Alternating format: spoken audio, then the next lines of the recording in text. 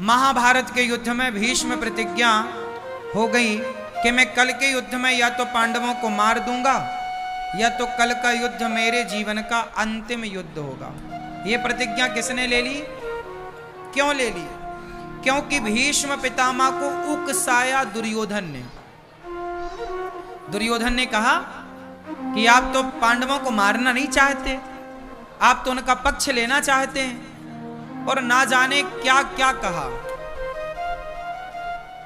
तब भीष्म पितामह ना आक्रोशित हो गए और उन्होंने प्रतिज्ञा कर ली कि कल का युद्ध या तो मेरा अंतिम युद्ध होगा या पांडवों का। अब ये बात पूरे योद्धाओं तक पहुंची। प्रतिज्ञा ली रात को, धीरे धीरे बात द्रौपदी के कानों तक पहुंची। उस समय पांडव सो चुके थे, खा पी कर। योद्धा थे, युद्ध करते करते थक जाते हैं, जल्दी नींद। पर द्रौपदी ने जब सुना कि कल के युद्ध में मेरे पतियों को पितामह मार देंगे, तो द्रौपदी को कहां नींद आनी? जिसके पति की मृत्यु होनी हो उस पत्नी को थोड़ी नींद आने वाली है। द्रौपदी दौड़ी दौड़ी गई, हे केशव, हे श्याम सुंदर, आपको कुछ पता चला? उस समय भगवान श्याम सुंदर बांसुरी बजा रहे थे अधरों पर रखकर। द्रौपदी बोली, कन्हैया ये बांसुरी बजाने का समय नहीं है। क्या हुआ? आपने सुना क्या? कल के युद्ध में मेरे पतियों को पितामह ने मारने की प्रतिज्ञा कर ली है। कृष्ण बोले, द्रौपदी तो मैं क्या कर सकता हूं? अरे आप क्या नहीं कर सकते कन्हैया? अर्जुन को युद्ध लड़ना है तो अर्जुन प्लानिंग करेगा। अर्जुन है कहां? वो तो सो गया। चलो। कृष्ण को लेकर द्रौपदी गई। कन्हैया गए तो अर्जुन सो रहे थे। अर्जुन को उठाया भगवान ने। अर्जुन उठो। क्या हुआ केशव? कल के युद्ध में तुम्हें मार देने की प्लानिंग चल रही है पितामह की। कल का युद्ध तुम्हारा अंतिम युद्ध हो सकता है। कोई प्लानिंग कर लो, कल की रणनीति बना लो। तुम सो रहे हो, तुम्हें फिक्र नहीं है कल की? अर्जुन बोले, कन्हैया जिसकी फिक्र, जिसकी चिंता करने आप जाग रहे हैं, उस अर्जुन को चिंता करने की जरूरत क्या है? आप तो हैं जागने के लिए। जिसके रक्षक आप होंगे उसे पितामह क्या मार पाएंगे? अब तो द्रौपदी ने कहा कि कन्हैया हम तो आपके हैं, आप ही हमारी रक्षा करो। देखो, भगवान रक्षा कब करते हैं? जब भक्त भगवान के चरणों में सरेंडर कर देता, आत्मसमर्पण। आजकल कमी कहां है? समर्पण की कमी। द्रौपदी ने कहा, प्रभु हम आपके हैं, अब आप बचाओ।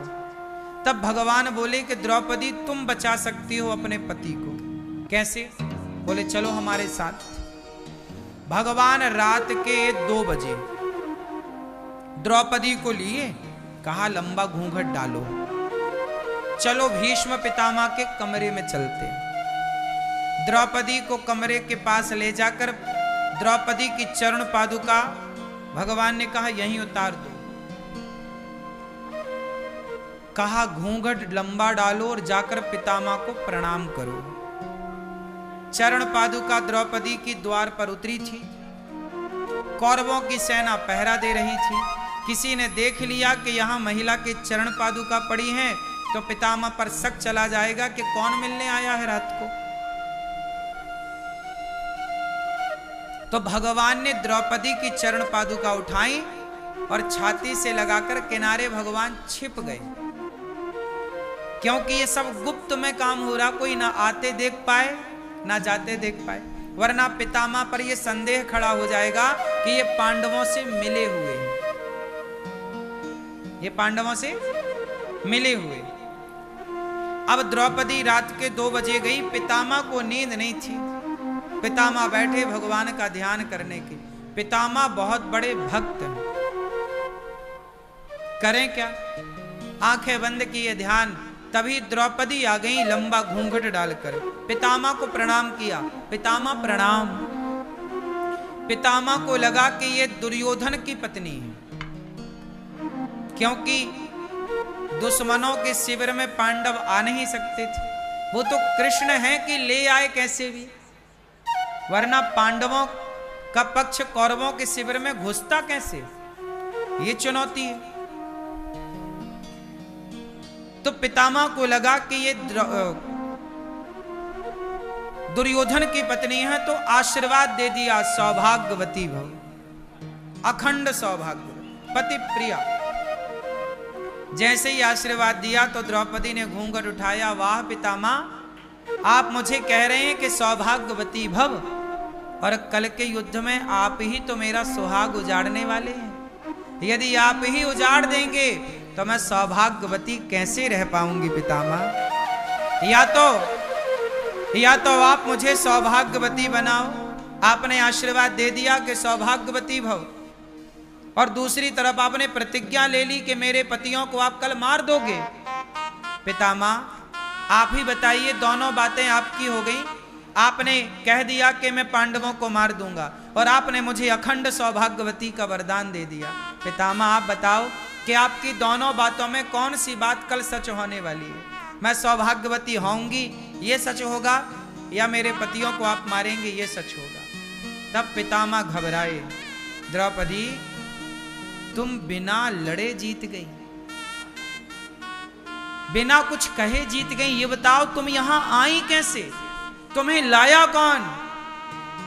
तब द्रौपदी ने बाहर की ओर देखा। पितामह समझ गए कि यहां तुम अकेले नहीं आ सकती, यह भी एक रणनीति है कि पितामह से आशीर्वाद दिला दिया। देखो जरा तरकीब देखो, आज के छोरा छोरी माँ बाप को प्रणाम नहीं करते, प्रणाम करने की शक्ति देख लो। द्रौपदी विधवा होने वाली थी, लेकिन पितामह को प्रणाम करने मात्र से वो अखंड सौभाग्यवती हो गई। ये प्रणाम करने की ताकत है। इसलिए अपने से बड़ों को प्रणाम किया जाता है, गुरुजनों को प्रणाम किया जाता है। आजकल की युवा पीढ़ी प्रणाम करना भूल गई। आयुर्विद्या यशो बलम, प्रणाम करने से, आशीर्वाद लेने से आयु बढ़ती है, विद्या बढ़ती है, यश बढ़ता है, बल बढ़ता है। द्रौपदी के भाग्य का जो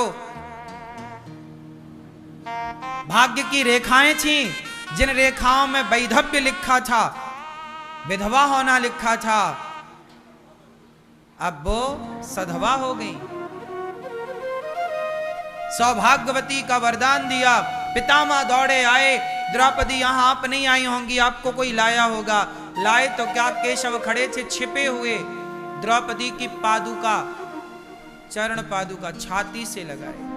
पितामह ने देखा, कन्हैया आप चरण पादुका छाती, किसकी पादुका है? बोले द्रौपदी की। तो छाती से क्यों लगाए? भगवान बोले, पितामह पांडवों को आपने मारने की प्रतिज्ञा कर ली, और मैं पांडवों को मरने कैसे दूं? जो मेरे आश्रित हैं, जो मेरी शरण में हैं, उनकी रक्षा करना तो मेरी जिम्मेदारी है।